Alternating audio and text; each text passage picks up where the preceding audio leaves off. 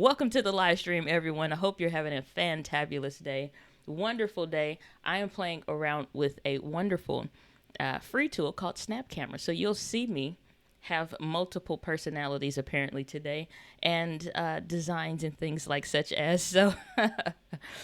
So I'm glad that you guys are hoping or having a good day. Happy Friday. Wasn't intending on really doing a helpcast this week. However, let me turn this off. This is so distracting. But just having a little fun. But the one thing that I wanted to share with you guys is that I wasn't planning, like I said, to do the helpcast this week. However, I've been getting a lot of questions in regards to video editing, how to get started with video editing, what tips do I have, and things like that. And for the amount of content that I will be producing, we're probably going to bi-weekly helpcasts for a little while, just so we can get about 2 to 3 videos per week on the channel from different tutorials and things like that. I still have videos. Like I thought today maybe I should upload a video because as you guys may be aware, I have a partnership with lensrentals.com where you can use the code Diana15 and get 15% off of your rental. And so I'm doing a video about that. I got some lenses in and things like that to share with you. Like if you can't afford to buy a camera, what things should you use? What's that process look like? How easy or difficult is it for different things? And so that first video would have ideally come out today. Maybe it'll come out over the weekend, but we'll see if nothing else by Monday. But the point is that to get more regular videos out so that it's not just one video, one live stream per week, probably going to be shifting the Helpcast to a bi-weekly stream, at least for a little while. But I still need to get a feel for how you guys are vibing with that.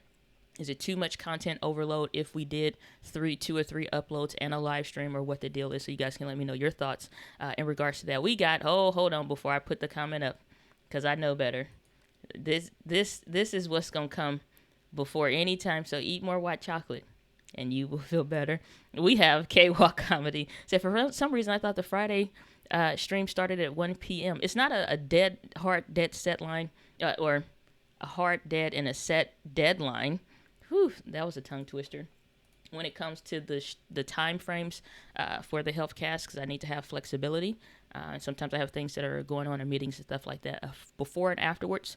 So I try to get it somewhere between 11 a.m. Central Standard Time and at the latest maybe 12:30 or maybe 1 o'clock Central Standard Time. So somewhere within that window, at least for the start time. It just has to be specific to what I have going on. And then, so that's that. We're going to play that again because we have another dark chocolate lover saying, let's get it. I like this time better. So I guess this time of day works better for you guys. So nothing wrong with that. So we got this name that I don't want to butcher. Good to see you. Glad that you're here, but glad we got sound now. I don't know what was going on. I obviously could see the sound meters and stuff like that move on my end.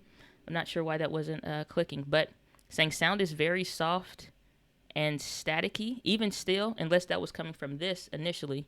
But if you can hear it okay now, let me know. So say yes, you can hear me. Okay, sound is good. Cool. All right, great.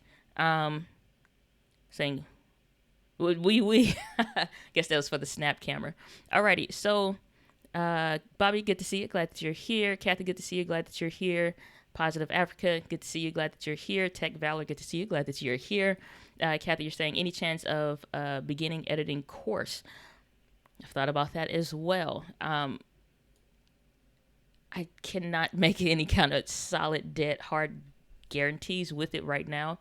And then too, also, it's like and I get the whole idea behind it also, but it's like, again, yes, you say beginners, but it's like to what aim? I have to really, if I'm going to put something together, I just don't want to throw something up and like, go buy this and it's for sale. I really like to take time, make sure the value is there, make sure those different points are communicated properly and spacing things out and making time to record and actually edit that content so that it is of value and not just something, like kind of brushed over. So I'm very mindful of when I am doing something, how detailed something is, how poorly it is being done. So I just don't like to feel like I'm throwing something together.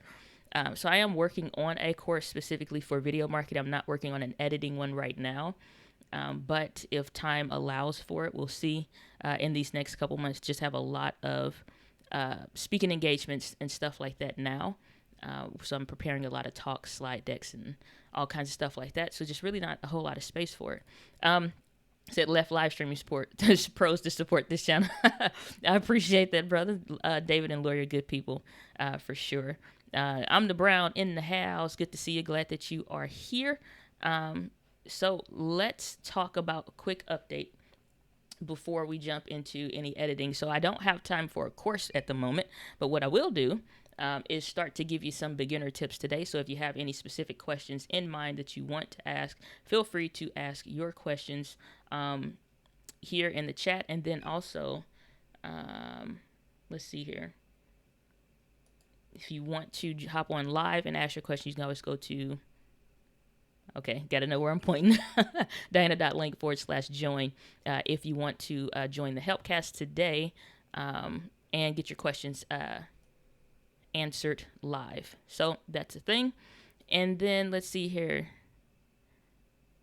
So I will wait for your courses. The main reason I love live videos so much is that, I avoid editing at all costs. Yeah, I mean, it's varying ways to do live streaming content. You can do, like, sometimes if it's a topic that is more in depth or things I specifically want to cover, these helpcasts are more predicated on those questions that I receive from you guys. But if I'm doing a dedicated live stream around something, then, I'm very specific. Okay, this much time allotted to saying hello and welcome and things like that, jumping into the content, maintaining the integrity for the replay value for those that'll watch it after the fact, getting to the point in the slides, and then pretty much wrapping up that core content early in the stream, and then in the latter half making space for Q&A in regards to that content, so you can add relevant timestamps. Otherwise, you have freeform stuff like this, that maybe it's like an ask me anything kind of a deal, or here on the channel, doing these helpcasts on Fridays, so that you guys have an opportunity to either come on live, show and share a specific thing, like I get questions about during the week about watching and reviewing videos, channel reviews, questions about editing software and live streaming stuff. And I get all those questions during the week. And it's just like, okay, we have a dedicated time allotted, which is usually between an hour and 2 hours for the helpcast, so that you can specifically get your questions answered. Well, not that I have a problem with getting those emails or DMs, but it's like I don't do channel reviews in middle of the week just because a DM came in on Instagram or Facebook. It's like we have a time and a space for it. So I always want to make sure I'm being as available as I can afford to be with my community, because I know how difficult and frustrating it is when you're first getting started. So please, what app did you use to give us those personalities and stuff? I love them. It's called Snap Camera. I'll show you on the computer real quick. Since, that was a little very different, eh? So let's go to sharing the... Okay, so now you can see it. So this is Snap Camera. And basically, like Snapchat has different filters and things like that. What I'm doing, instead of it's like you pick your camera up here. So I have my cam link as the specific camera that I'm using. So it knows to use this specific feed. So I can go and then click on a filter. And so what you would see now is that new filter. So this one, this one being the one. So you pick your camera in Ecamm Live. Let me move some stuff on my computer out the way, or the desktop rather, out the way. And I'll show you how to do this and bring that into Ecamm Live really quick. And so, oh gosh, this is so ugly. And so now when you go into Ecamm Live, instead of picking, and again, this is what you're seeing, all of that is the new guest feature. So that if somebody calls in today, for example, I can put them in a guest slot. More on that later. But that's why you're saying like, oh man, what are those? That's the new feature that'll be rolling out, where you can join with a link. Like I have this Diana.link over here /join. And you can hop in and ask your questions live. And so I pick my specific camera. This is my cam link. I can pick my FaceTime camera, or I could pick the Snap camera. So what I'm doing is, just as my main camera is the Snap camera, so that's what you see. So on your end, you're just seeing whatever I pick from the Snap camera filter if you want to do something like that, which would be, pretty cool and fun when it comes to different stuff. You have even really crazy things like 3D, and it's actually blinking when I'm blinking, which for all those that leave comments that say I blink a lot, yeah, I know. And so it's just really fun to add these wonderful random effects. This kind of looks a little trippy, a little 70s-ish, so we're going to leave that alone. But yeah, so free app that you can use, and so when you're ready to go back to your camera, you just select Camlink or whatever camera feed that you're using, and that's all that you're pretty much doing there. And so now you see the live feed or whatever. But yeah, Snap Camera is really fun and interesting if you want to give that a go, just to add some extra dynamics to your live stream and your feed when you're trying to do something or whatever the case is. Just something interesting. So that beard. Okay, so I said I would promise, and I'm not going to do it with a pirate's hat on, apparently. I said I was going to do today in the title of this live stream about, and that's what it looks like when you don't have a thing selected, and you just go back to your specific camera. So I just closed the program. So I was going to be talking about live streaming. Not live streaming, but specifically editing and things like that when it comes to, and it's kind of hard to transition from all that goofiness to like, okay, let's get down to business. And so when it comes to editing content, I'm going to try to make this very simple and easy, but feel free to ask your questions again live here as well. And I will be sure to be watching my screen occasionally. So if you decide you want to hop in and ask your questions live, you can do that. I'm going to put that someplace I can actually see it. Okay.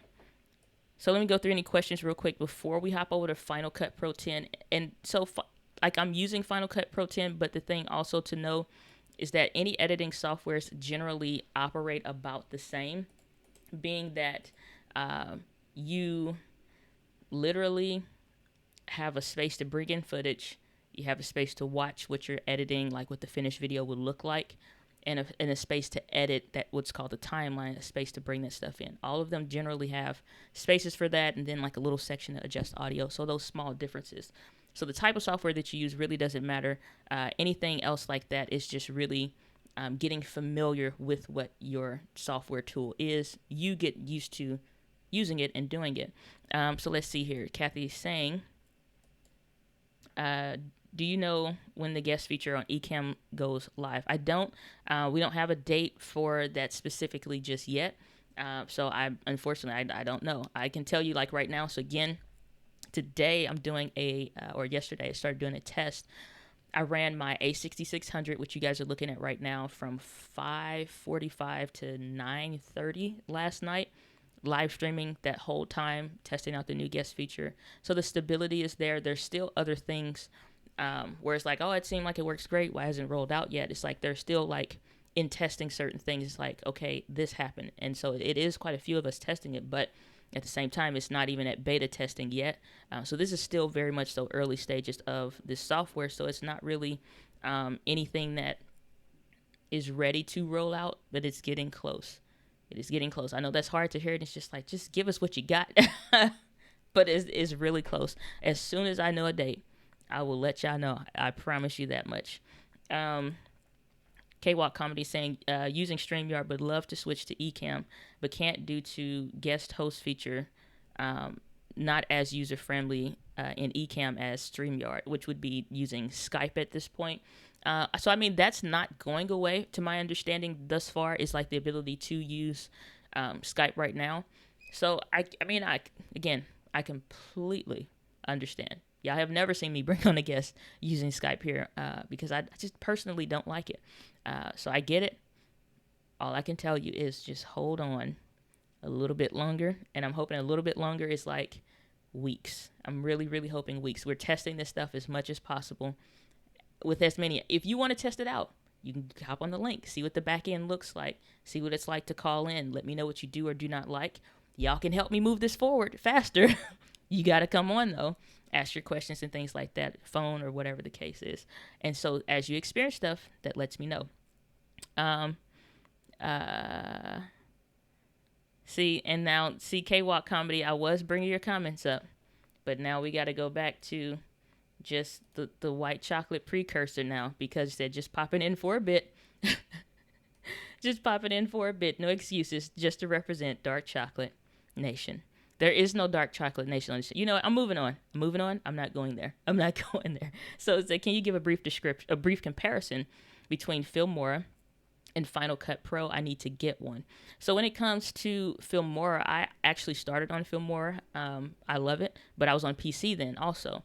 The thing is that I like Filmora as well, and they have the Filmora 9 as well as Filmora Pro. And so the Filmora 9, I think I have that on my computer.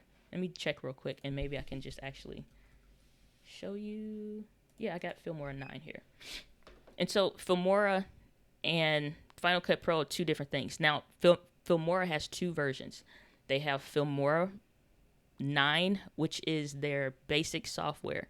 If you're just getting started, you really know nothing about nothing when it comes to editing, that is something that may be easier for you to use, because the Filmora Pro version is for those more advanced editors and creators that wanted something that was pretty much just like Adobe Premiere Pro without it being Adobe Premiere Pro.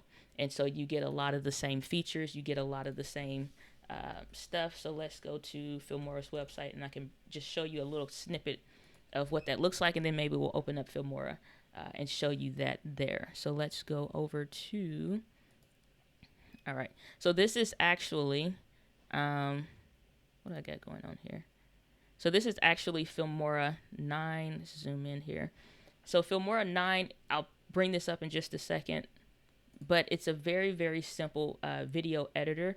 Even got a 9.5 now, but it lets you edit your videos essentially in the same way pretty much like anybody else would.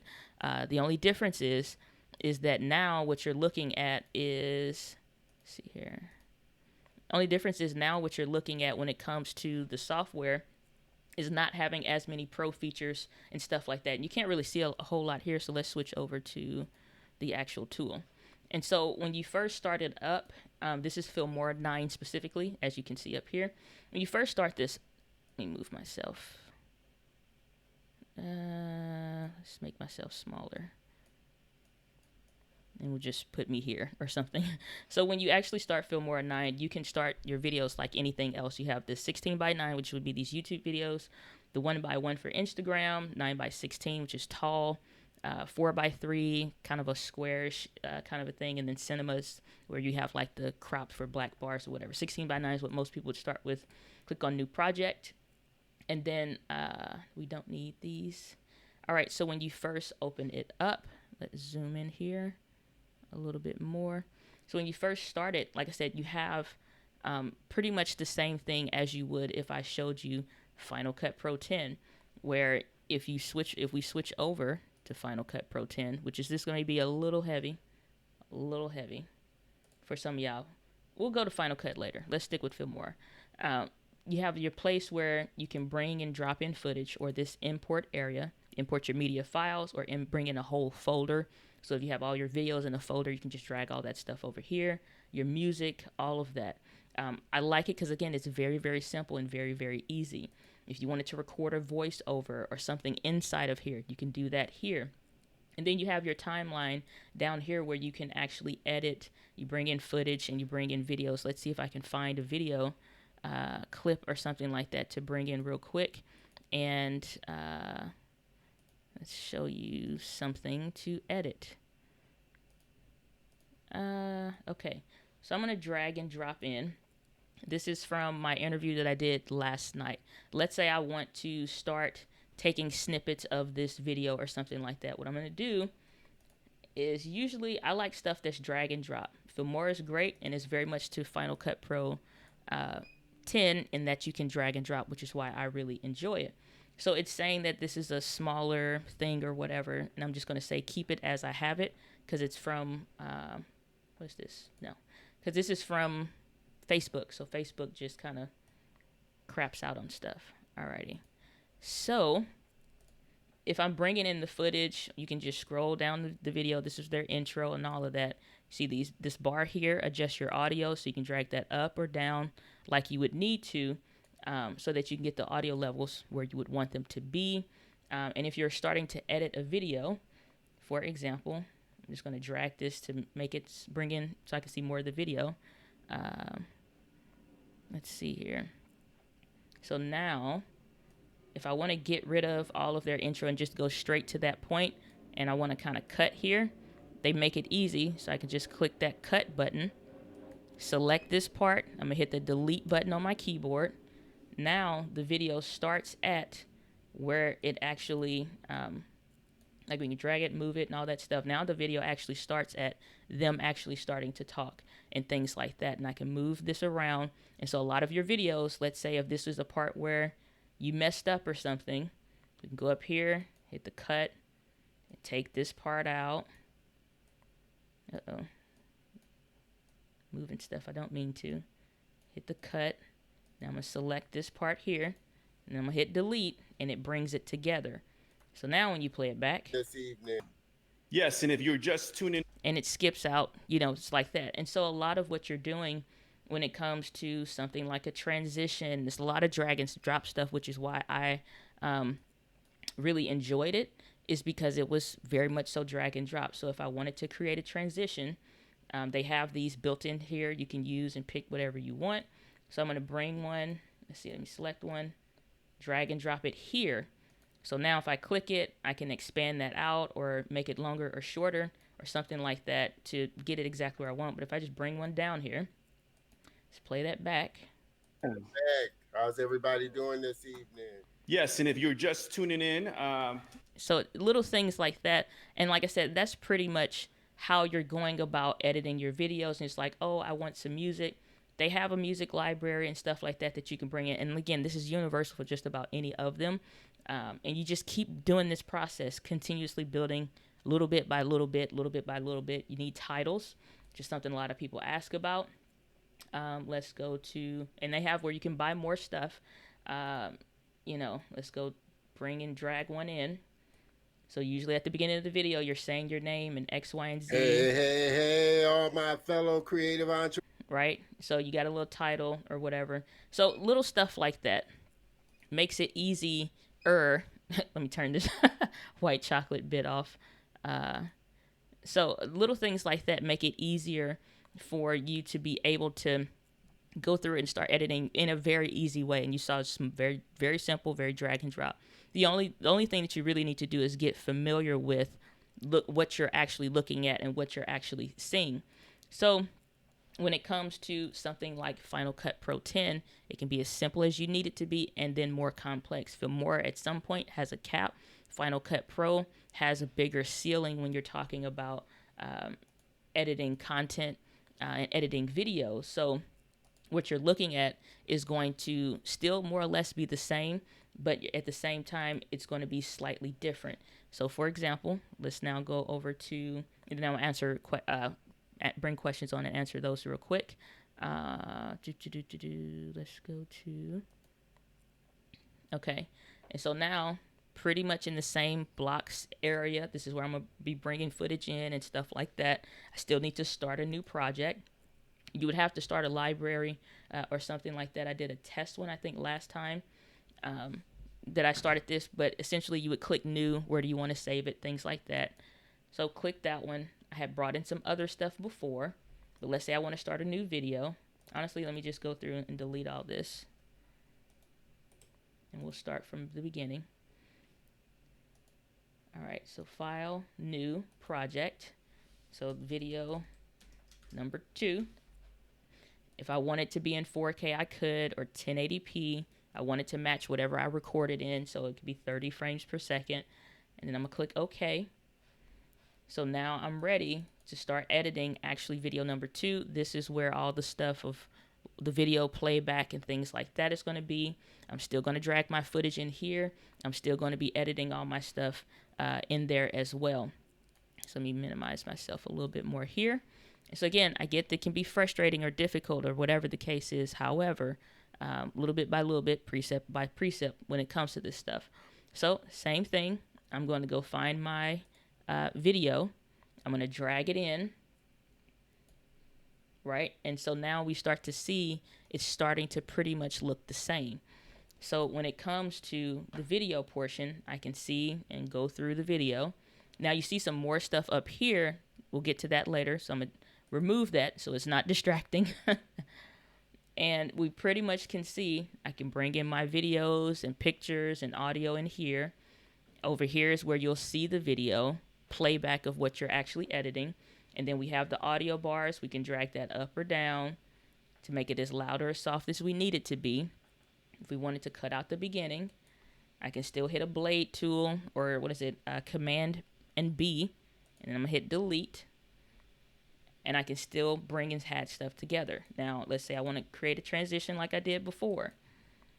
And I'm going to delete this part out too. And right here, I want to add in a transition. Now, the buttons and the icons are a little bit different.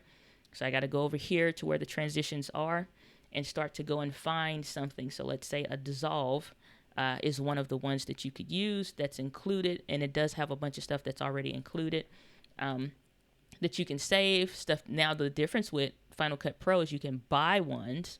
And so now I can take one, drag it, bring it over here, play it back. We're officially broadcast on LinkedIn. And you see the transition is very subtle because it's, I'm going to turn that volume down and expand that out some. But transition is very subtle, but I can do that, or let's do, these are some of the ones that's already kind of included. Some of these are a little corny. I don't like them. So I go buy plugins. I go buy transitions, titles, and effect that make it better. But they still include some, still just like Filmora does. We're officially broadcast on LinkedIn. Right, so you can have different transitions and things like that. If I wanted to do a title, again, I have bought a ton, but let's say you wanted to add in something that was already included. They have a bunch of stuff in here. It's like this 360 basic 3D kind of a deal. And it kind of comes on the screen. You can adjust it, make changes to it, and things like that if you wanted to. Again, I'm not going to go that in deep or that much more in depth with it because it's like a lot. So, I mean, if we're talking about comparison, all these editing softwares essentially kind of run the same. You're going to be bringing in footage. You're going to be exporting footage out. You're going to be sharing and bringing in like content, or figure out how you need to export it once you're done, adding any transitions, your titles, making sure your audio levels are where you want them to be, and things like that. So it's more to video editing, especially from a business perspective. It's more to video editing than just like, let's make it look pretty. You need to make it be efficient. So again, like I said, when I was thinking about even considering editing a course or things like that, it's like certain aspects beyond just editing software wise and stuff like that. Kathy's saying, what would you get to buy Pro over 9? Filmora Pro looks very different and operates and functions very differently than the other one. Let me see if I can find that one. That one pretty much looks like, if you've ever watched any kind of tutorial on Adobe Premiere Pro, it pretty much looks the same. It's just a version that is for Filmora or from Filmora. But it's a lot of features. I can't even honestly go into the depths of what you can do, but anything you pretty much can do in Adobe Premiere Pro, but people liked the Filmora software itself. They just had them to actually make their own product. So it's like essentially an Adobe Premiere Pro, just a Filmora version. I'm trying to see what the price on this would be.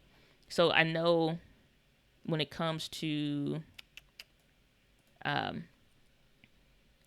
Premiere, it is a monthly price.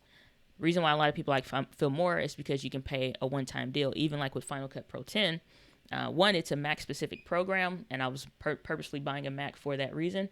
But the other thing also is that it's a one-time fee. So I paid $2.99, and we're done. And if you have, if you're a teacher, if you're in the education space or something like that, you have like a university email, you get a discount on that. But when it comes to this is Filmora Pro, by the way. This is the price on that. So you got to think you're paying who knows how much per month with Adobe. Get $150 one-time fee for the software. Or if you wanted to, you can do a monthly kind of a thing for whatever reason, or annually, I guess. But it's cheaper, and you can always download these for free. And then let's see here, Filmora 9. Let's check pricing on that. And it is for, both of these are available for Windows as well as Mac systems. And so if you're a person, you're not doing this for your business, these are the prices that you're looking at for the one that I just showed you when it comes to Filmora. If you are a business owner, which you do want to get a business license, especially if you're charging, it don't matter for example. So they aren't allowing businesses to get this. Now you can buy the difference, for example, between it's like, oh, they won't know, I'll just get individual. I wouldn't suggest that, simply because if you're doing it for your business, the last thing that you want is to have somebody come back and say, like, oh, your ad got taken down. Or, you know, if you're running Facebook ads, you edit it yourself, kind of put it up and stuff like that. Last thing you want is like for that to come back, or they like, hey, metadata suggests you don't have the proper licensing to be promoting this as a paid thing. So I just didn't want to play that game. So when I was on a Windows system and I bought Filmora, I accidentally got the individual one because I was just like, okay, this is what it was. Then I later found out, some months later, that it was a business one. And so I emailed them, let them know, and they were able to send me a coupon so I could get a discount on the business and didn't have to pay the full price, since I'd already had put some money at least towards buying the individual thing. So that's what I would suggest. So, so Kathy's saying, got it. Okay, cool. Said K-Walk County said, although I'm about to get blocked for my anti-white chocolate rant. No such thing. So K-Walk Comedy saying, how do you create your waiting room countdown timer, and do you edit timers for replay? When it comes to creating that in itself is a video file. So there are multiple layers with that. I think I talk about that. I'm pretty sure I did an Instagram post just kind of showing a little bit of a behind the scenes of that. So my Instagram is just at Diana Gladney. But basically, it's an audiogram, which is that responsive layer that you're seeing react to the music. So much if you've seen like any post when it comes to a podcast or something, and you're seeing like those bubbles kind of reflect with my voice on my Instagram post, it's just a different shape. And I created some music that I pulled from Epidemic Sound just to give it a specific vibe that I like. And then I have a motion background. Then I add in some other elements, and it's just like, that's pretty much it. And you loop that back and forth, and you add a timer. Now, it's like, I don't know if that sounded simple or complex to you, but to me, it's just like adding in those few things. You export that as a video, and now that plays. Because, for example, let's go over to that one, and then I'll show you what I'm talking about.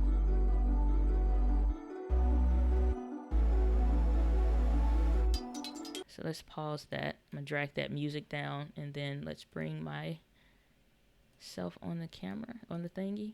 Should be able to. Here we go. All right. So, accident. All right.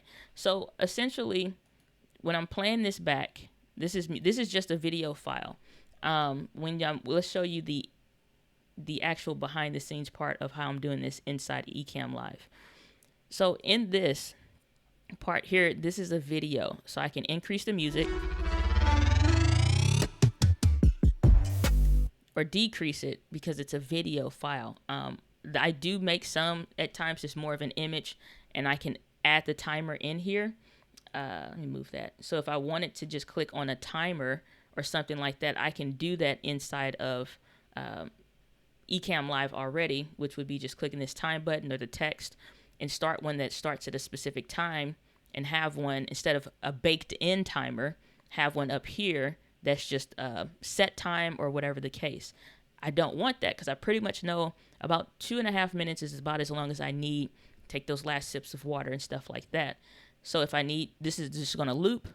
It's specifically timed to fit with the time of the video. You get towards the end here, and about at 10 seconds, you'll see it transition to a VHS, which is like kind of a theme I play with, Entree Woman TV kind of a thing. So you'll see its transition at about 10 seconds, that fade out because it's a video file. Again, just another clip something like a plugin. You can buy this kind of stuff on Envato Elements. And then you'll see, y'all don't see the rest of this, but it would loop back over because I have it set to loop here, loop the video. So if something happens, I can't come on live or something doesn't work, then that's fine. And I could have this where I'm on the screen and, you know, you can see me behind the scenes before it starts. And I was just like, I don't really want that. So I took that.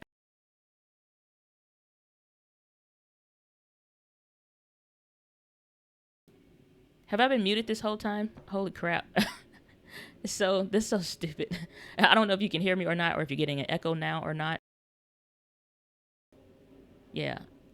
Glad to see you today, ZV1 today. Okay. Either way, hopefully you can hear me now. Hopefully it's not an echo. But the thing is, like I was sharing, is that, let me go up here to add the camera. Yeah, so I don't know if I was muted or if you're getting an echo now or whatever. It's a little weird sharing this screen. But what I do, like I said, I'll have myself muted here so that when this countdown timer is happening, you're not seeing anything on your end. You're not hearing me in the background. So what happens now is I have this system audio, which is playing, so that audio level.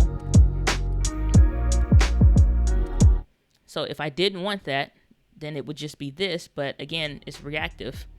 So it responds to the music, but that's, again, just an audiogram. This stuff like here is editable. So I put this up here today, or I could take it down. This is editable. This is a picture. And that's the countdown timer in essence. So what you see on your end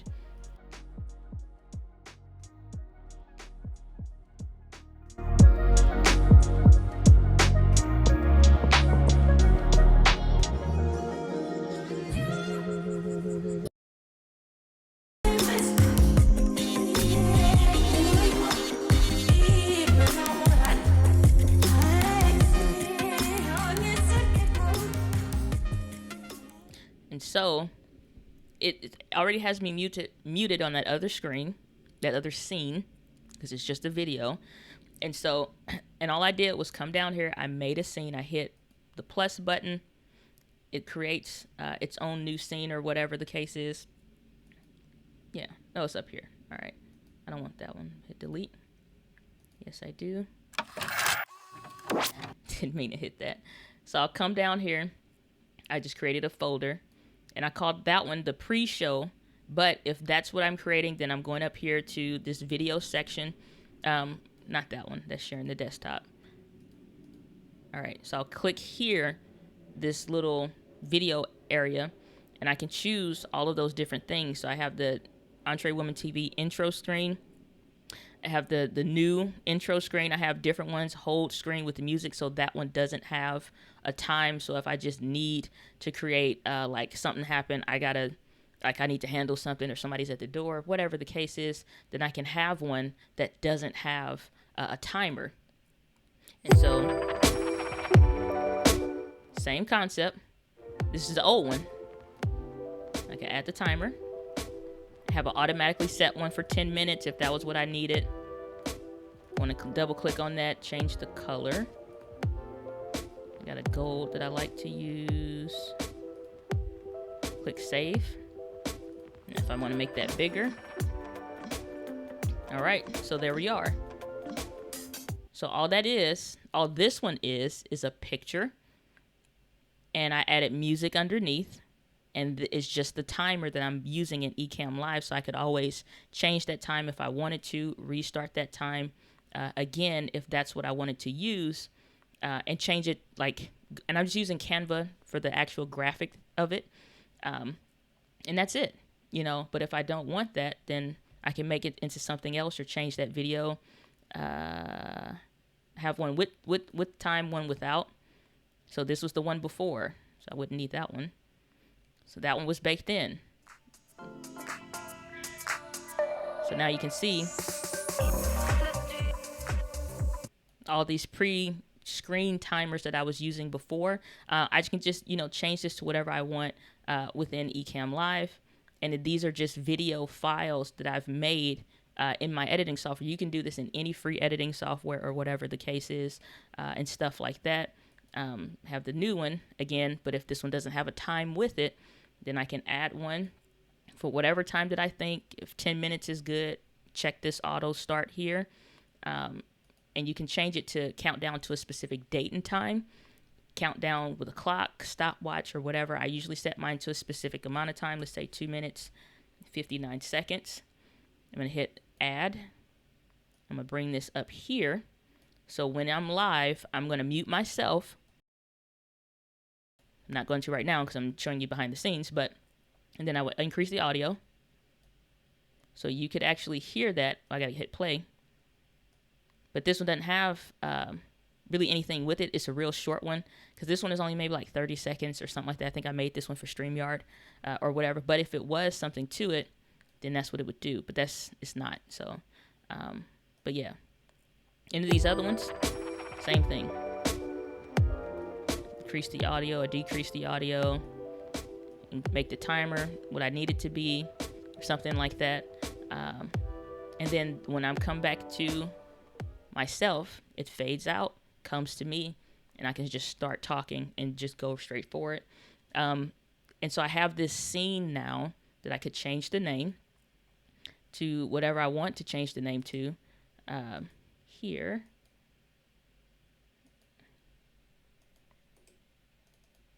Okay, double click on that, and I can just call this the hold screen. Hit enter. And now in my pre-show and after end of the show live stream sections, over here I created a folder that houses those specific areas. So I'm making those for one with the guest feature. So all I did was go make a folder over here, which is hitting that folder icon. And I'm building out these scenes so I don't ever have to think twice about when I want to go to my desktop and share the desktop. This is already here. This is already ready for me. I can increase that and change the shape of it. If I want to picture-in-picture shape, let's say I want it to be tall, like a phone kind of icon. If I wanted that to be more of the square or the circle or whatever the case is, kind of suits that scene better, and leave this set and saved as it already is. Have one for websites, one for presentations, so the cropping and how zoomed in or out it is.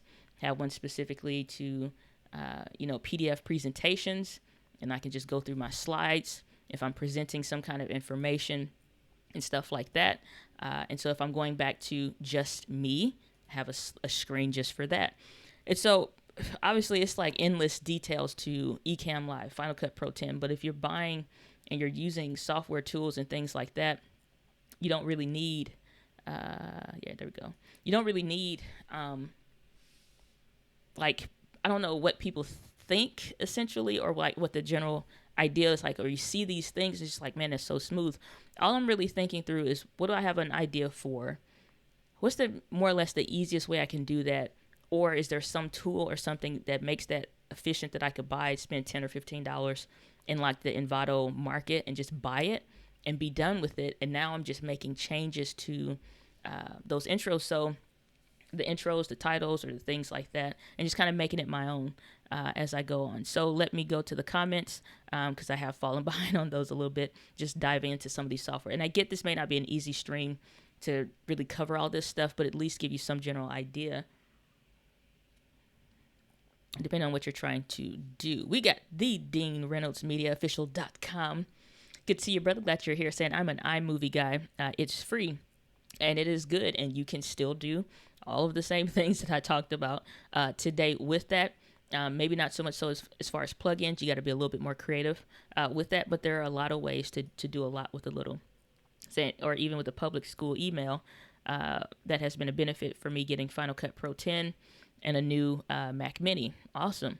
Okay, so I answered that question. What's up, Tawana? Good to see you. Glad you're here. Saying, hey, Diana, glad to see you today. Just got my ZV-1 and wanted to know how to set it up for live streaming and for vlogging. Well, when I had the ZV-1, apparently I didn't get a chance to get time, even though I extended that rental for doing and setting up that those videos. But I'm thinking I will be able to within like next week one for the Sony a6400 or a6600, it is still the same menu system. And so those components would still be the same, essentially, if you're talking about connecting your camera. So, but I'm sure there's videos out there already or similar ones about, the a6400 or a6600. It's more or less going to be the same. That's not super helpful. I understand that, but that's what I would suggest right now. So just got to pause for the cause. Kathy's saying, can you briefly explain why you went with Final Cut Pro over Premiere? Was it the buy one time versus monthly, or was it because Final Cut Pro does something additional or better? No, I picked Final Cut Pro 10 because of ease of use. If I'm switching and adding switching softwares and stuff like that, like I was coming from Filmora on a PC, and I'm like, okay, now I have to pick between these two, or this is what after everything I've seen online, these are the two softwares I'm deciding between. I like stuff that's simple and that's easy for me to create a system to use so I can learn it and learn it fast and continue to add on other things. Too many learning curves just equal a circle. So if I'm constantly adding on new software and how do I do this and how do I do that, I will never get a video out because I don't know how to do any of these things. I'm steadily adding more complexities to it, and it's getting more frustrating. And now I may recorded videos, but I can't edit those videos. Or I got to go to my older computer that's slower, and it's making the process worse. When I looked at the basics of, again, like what I pretty much showed you today, how do I bring in content like the video that I just recorded and start editing that now? Where do I bring the stuff in? How do I adjust the audio levels? Where is the button that does this? Where do I get titles from? Or do I need to make those myself, kind of a thing? When I looked at Final Cut Pro 10, I liked that it was very similar to Filmora, that I could just grab from my folder or the memory card and drag that into the software, and boom, it's on the timeline. With Adobe Premiere Pro, it's like you gotta hit the file import or whatever, or memorize all of these shortcut keys. It's like, I'm not doing all that. So it's personal choice.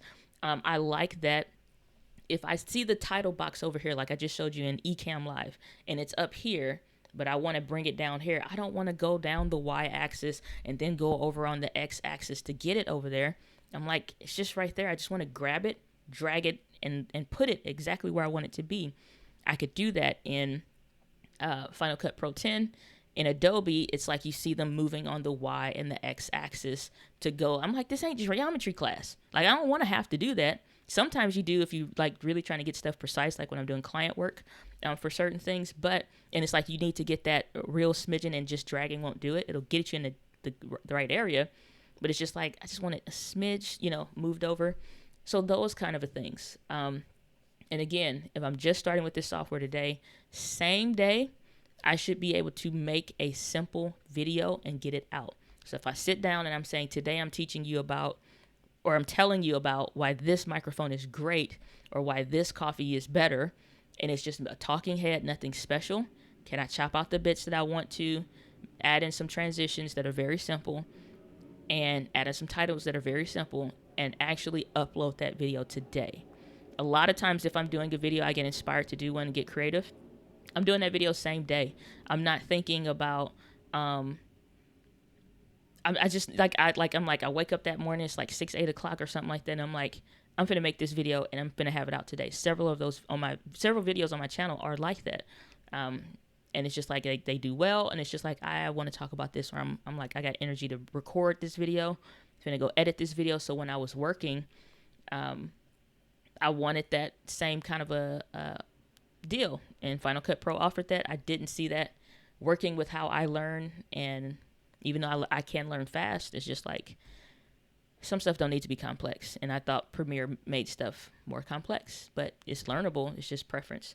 You may have answered this, but who do you suggest for the best transitions and titles and LUTs packs from? Link, please. So I don't have any specific creators that I specifically recommend. Honestly, if you're getting ready to purchase something, I'm trying to pull up, what is it, Envato Market? And I'll show you and share with you the link. But Envato Market is a great place to start. And then honestly, just Google, like if you're using Adobe or Final Cut Pro 10, I just Googled Final Cut Pro 10 plugins, and then I went through and looked through those top options. And based on those top options, I'm like, oh, do they have some stuff that I like or not, or that I would use? And it's just like yes or no. And then it's like, okay, I'll save those in a bookmark.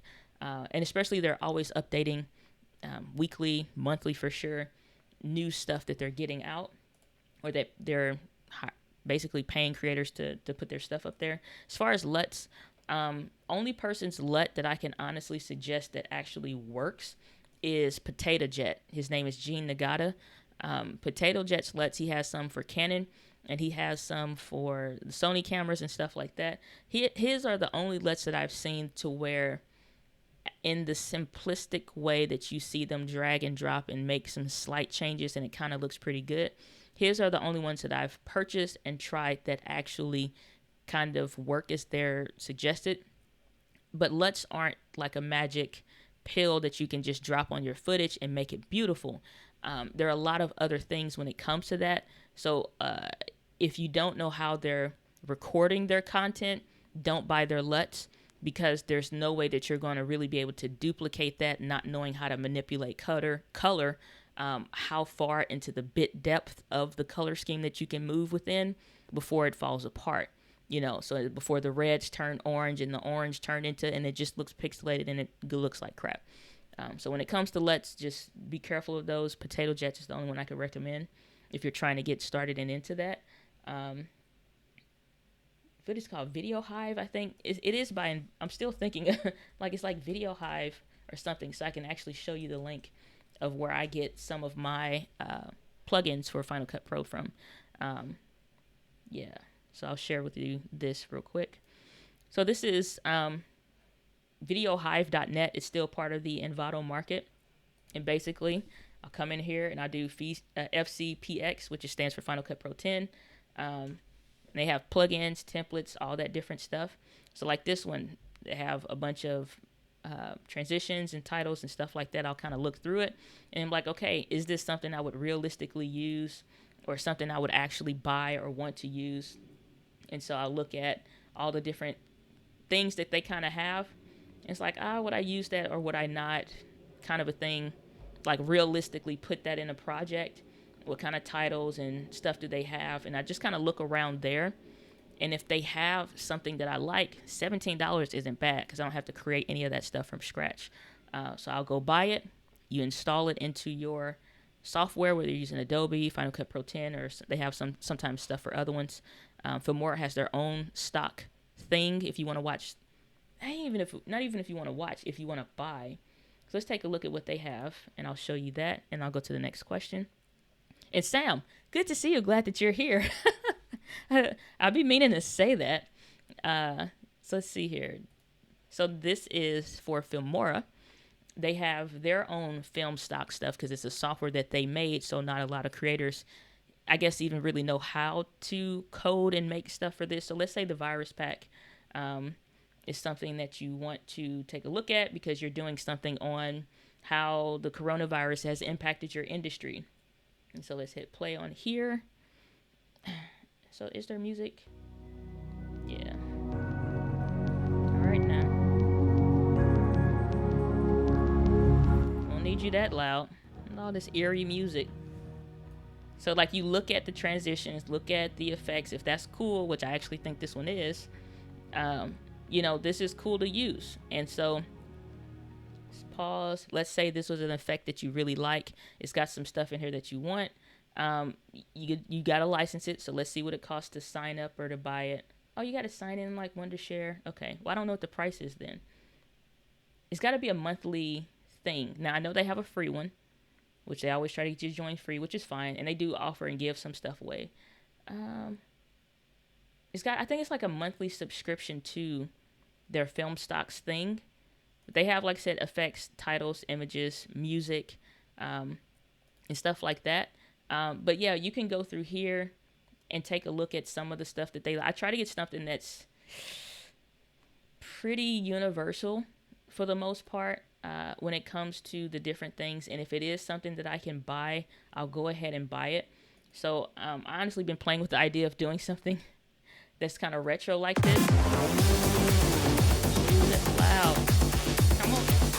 Jesus, that's loud.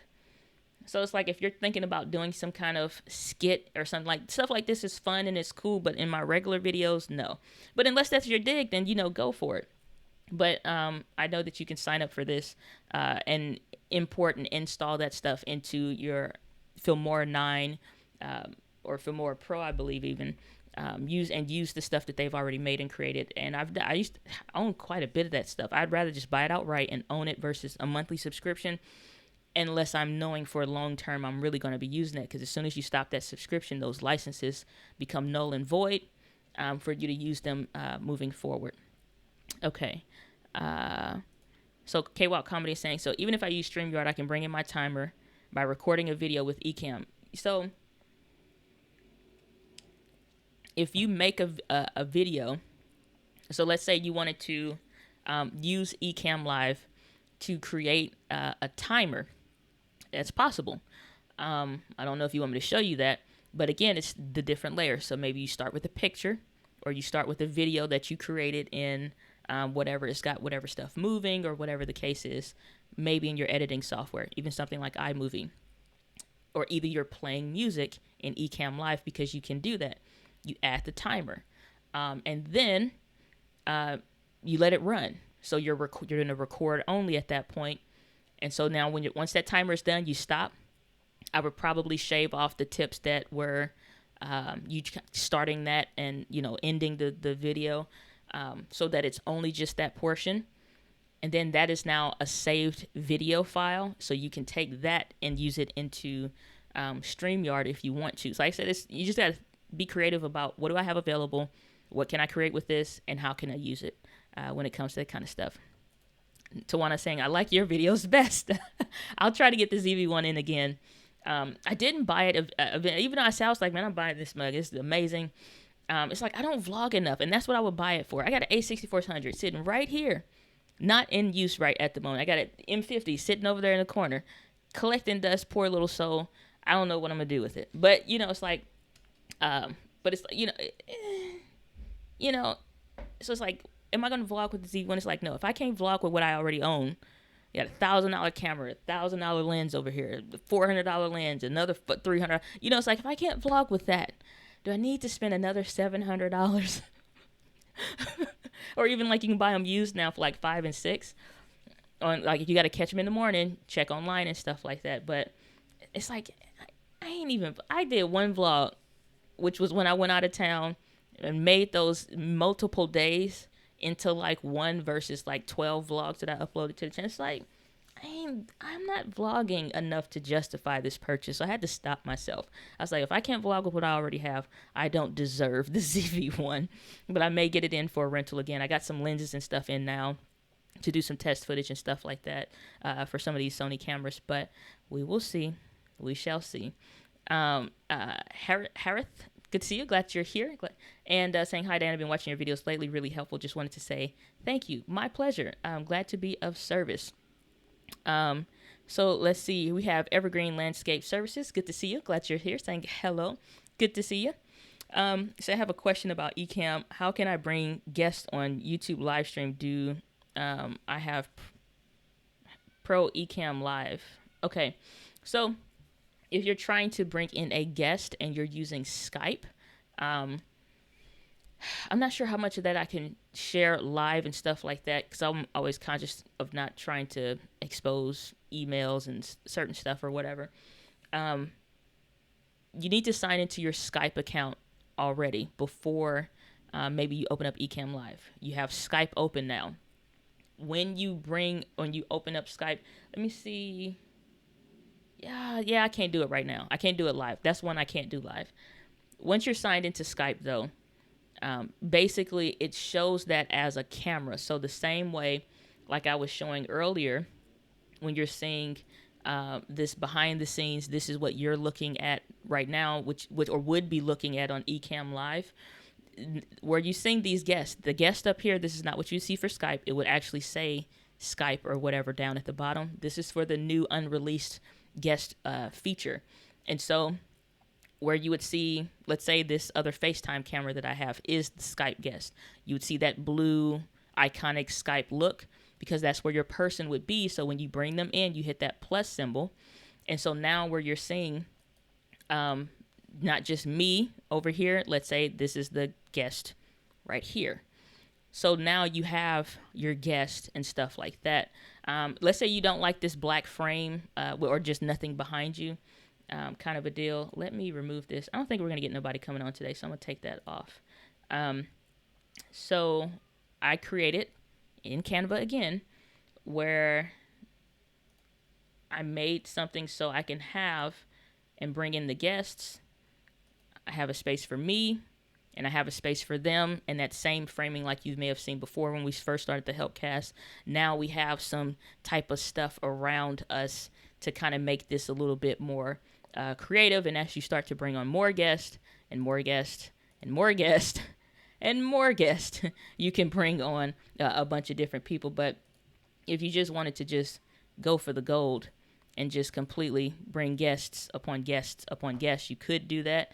But that's not what we're going to do. So so that you could see that, that's pretty much how it would be as you bring it on Skype guests. I forget what the number is, but you just keep increasing that for the number of people that you have. And so for now, this is what we're testing. I literally would need to fill in all of these boxes with actual people or cameras to test out this would be the new one. But all of these could be Skype, guests, and all of those different people could fill in that space. But Skype essentially will work the same way. So, for example, if, again, this camera here is the guest, then I can go up here in Ecamm. And let's say I don't want this wide. I want to go ahead and fill it. Then I'm going to click Crop Split Screen.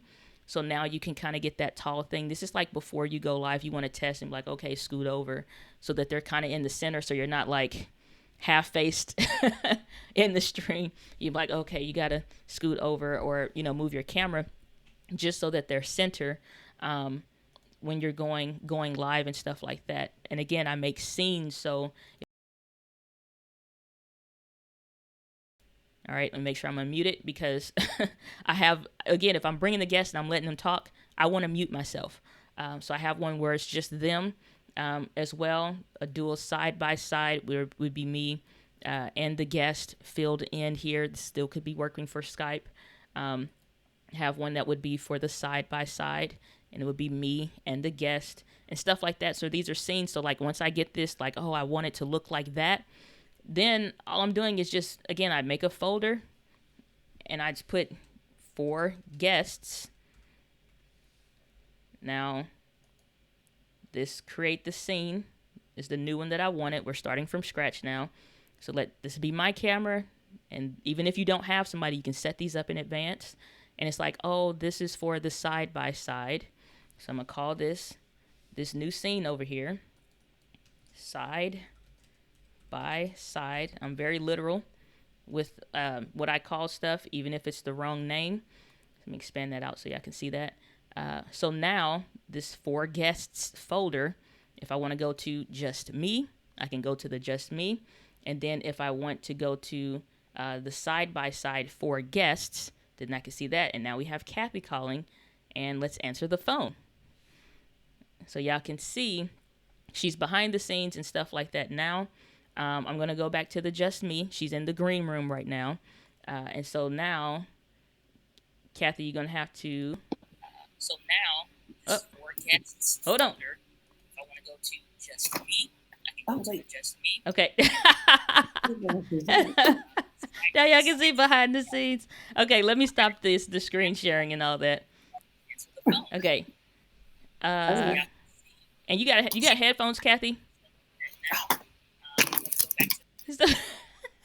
Okay, so we'll give her a minute. We'll give her a minute for that. But yeah, so Skype is essentially going to work the same way with the guests and stuff like that. When it comes to that kind of stuff, I'm going to close out of some of these editing softwares and whatnot that I'm not using so I can free up some hard space, and then we're going to bring Kathy on in just a second. All right, so alrighty. So now we're going to bring her in 3, 2. Good to see you. How are you? Hey, how are you? Doing great. Again, What are you up to this wonderful day? Are you now gonna cause I'm trouble? still hearing. I'm not causing trouble. I'm not mentioning anything about dark chocolate. You were just talking about the guest feature, Yep. so I Yep. figure, oh, let me stream in. Mhm. Unfortunately, my Canon won't work, but Okay. that's again, that's another whole issue. But no, Okay. I just wanted to say thank you for giving us the behind the scenes on the timer because that stuff I like, I appreciate. Absolutely. And again, I just got to be your model for testing the guest room. I can't wait till they get this feature with Ecamm Live. Absolutely. I think it'll be a lot of fun because of how simple it is and how easy it works, and it's just like you don't have to do anything special for this to work. So I appreciate that, and so I'm really looking forward to everybody getting access to this. It's been a Now, I joy to still use. hear like a delay or something in my background, or is that just because I'm in this waiting room? I've not. I'll tell you what. I've Hmm. not had anybody say anything about a delay, so I'm not sure what that could be. Okay. Um, Okay. Could just be me because I didn't have my headphones on. okay. But no, I love the show and I appreciate you and thank you so much for everything you do. Oh, my pleasure. Thank you so much. You're well appreciated here. Dark chocolate rule. I did not kick her out. Okay, I didn't hit the end, but she did that to herself. I didn't do it. Okay, I'm a better host of the show than that. She said dark chocolate rules and kicked herself off. I didn't hit a button and had her exit stage left. But Kathy, thanks for having you come on and ask you, not even ask you, just thanks for being here. We always appreciate to see Kathy here on the stream. So let me jump into some questions. So James, good to see you. James Buzzard saying the ZV1 is a little beast. I had to get it. Yeah, it's hard to say no, man. I gotta like it's enough stuff. I have enough things. I don't like. I'm like it took a lot, and I mean a whole lot. I could get the thing right now and just be like speed ship it here by this weekend. I'm not doing that, okay? I'm just not doing it. I don't need it. If I want to vlog, I can use the. I don't need it, okay? But speaking of LUTs, James has some LUTs on his website. I believe James's website is jamesbuzzard.com. I haven't tried his LUTs, but James is a creator, so I'm going to be trying his LUTs out. Let y'all know how that go. But we had a question earlier asking about LUTs, so you can check James's out. He has some of the Sony cameras, so if you have and you need some help with that, I reach out to James, and like I said, you can purchase his LUTs for sure. So he's saying, thank you so much. That helps a ton. My pleasure. Glad to be of service. So, simplified French. Good to see you. Glad that you're here. Saying, hi, Diana. Please forgive my technological ignorance if it exists. But what's the difference between mirrorless camera and DSLR cameras? Which category is the A6400 and which do I recommend? A mirrorless camera literally means a camera that does not have the mirror on the inside. So this is the A6400 and it is a mirrorless camera. So on the inside here, there is no mirror box, which you would see flap up like a little piece of glass. So it doesn't have that. It's just the actual sensor to the camera there. So when you're connecting a lens, there's no glass or nothing flipping up. So the cameras have been getting bigger, but they're smaller than most DSLRs. Most DSLRs are fatter and thicker because they are having that mirror box kind of flap up and down. And anytime you used to hear people take pictures like shh, you're hearing that mirror flip up and down. Now, when it comes to video, that doesn't make your videos better or worse. I prefer mirrorless cameras though over DSLR cameras because when you're using them for video, now granted, most of those DSLR cameras were made for photos first and had some videos featured, and now we're into a true hybrid space where we're having dedicated cameras with stellar video features, and you can also take photos, which is what these mirrorless cameras are really based around and to do.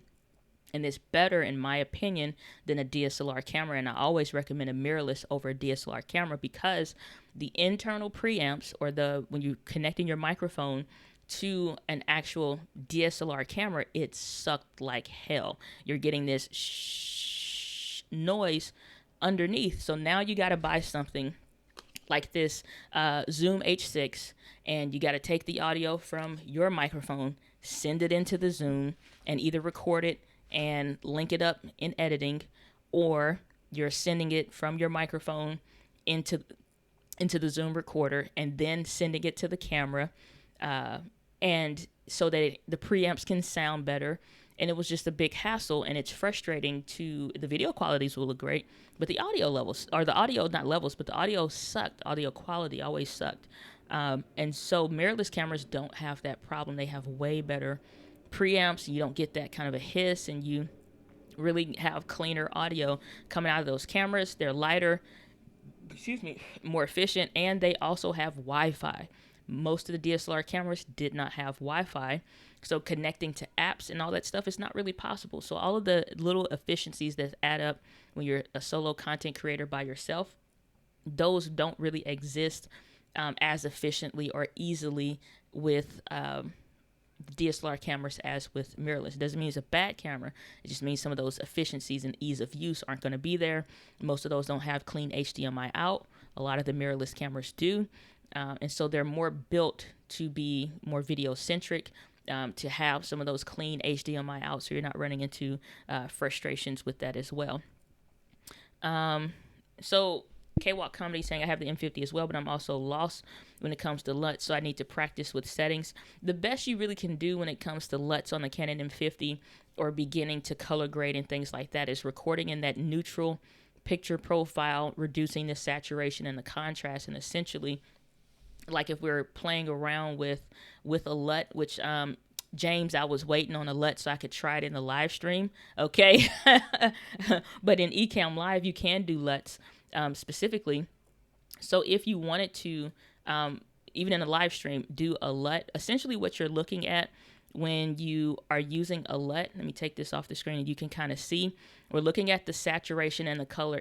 You see some color. This is like with flat and essentially log footage, like so you say S-Log2 and S-Log3 or C-Log and V-Log and whatever else. Essentially what you're starting to look at is more of something that looks more almost black and white kind of, and stuff like that. So if you get your white balance right, let's say if the white balance was wrong, you can see it be a little more yellow. That's not what we want. We still want the white balance to be like, let me set that back to where it was at. Most people don't do this.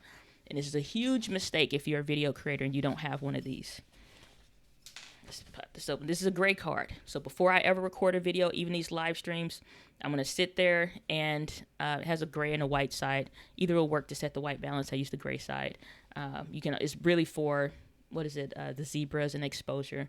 I don't care about that. It works for white balance. That's what I primarily use it for. So I set the white balance in the camera so the whites look white, the yellows look yellow, the reds look red, like they're supposed to, or at least the walls look white, because it's very easy. Where am I at? This right here, this little cover looks white. That wall looks just a little bit more yellow than what it should be. Not even what it should be, is more accurate than this. But the thing is, like, that's the right color it's true to life. So in log footage, you're looking at something like this. It's a flatter image. So you have space to bring the colors up to where you want to. Sometimes they tend to look a little darker. So even this looks more like an S-Log2 or something like that. So you record it in camera, and this is what you're seeing when you watch it back in the camera. Now we bring this over into the editing software, and you start to add in more saturation, bring those colors up. You start to increase the brightness and start to bring that up. You start to adjust and get those colors a little bit more richer, so that it doesn't just have a baked-in image that's straight out of the camera.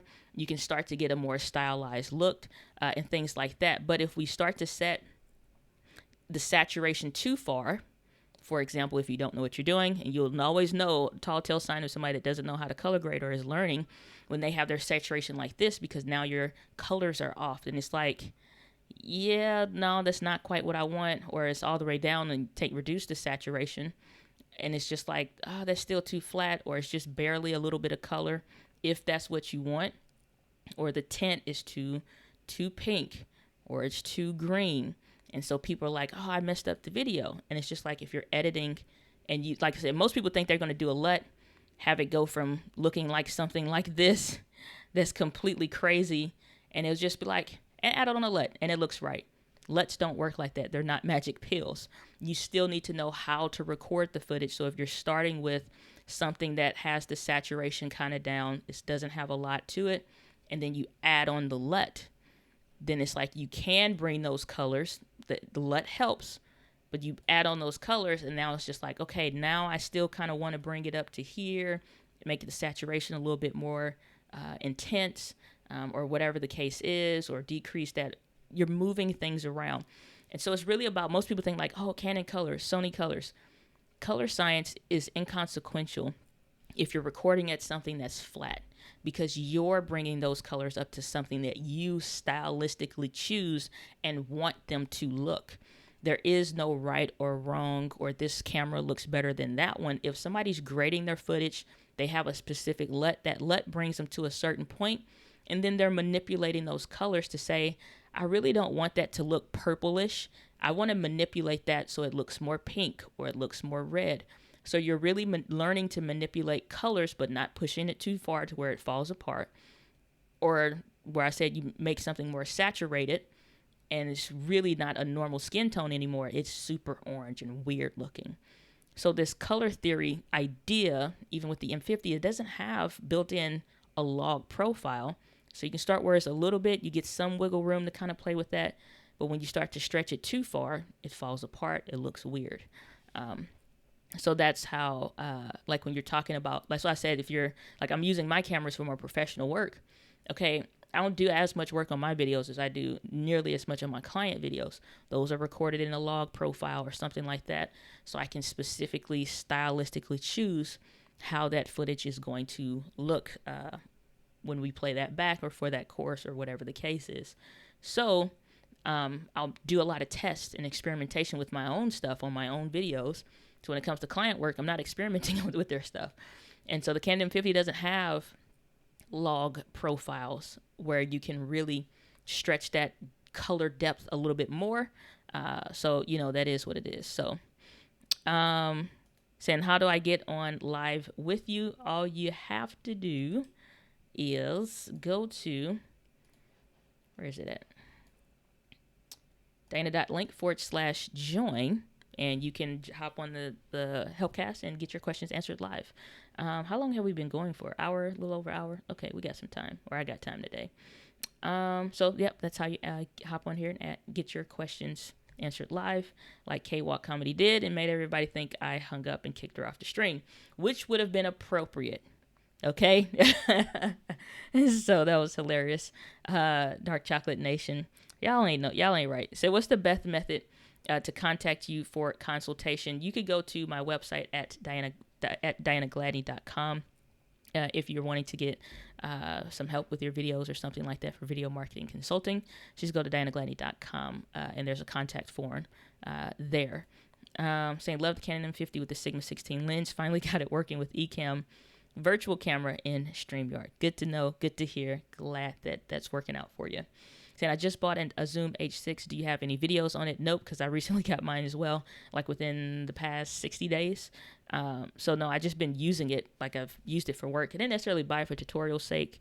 Other than, well, no, I can't even say that the some of the other videos I did are for it. But no, I haven't done any tutorials on it. I don't even know if I'm planning to do any real tutorials with this H6.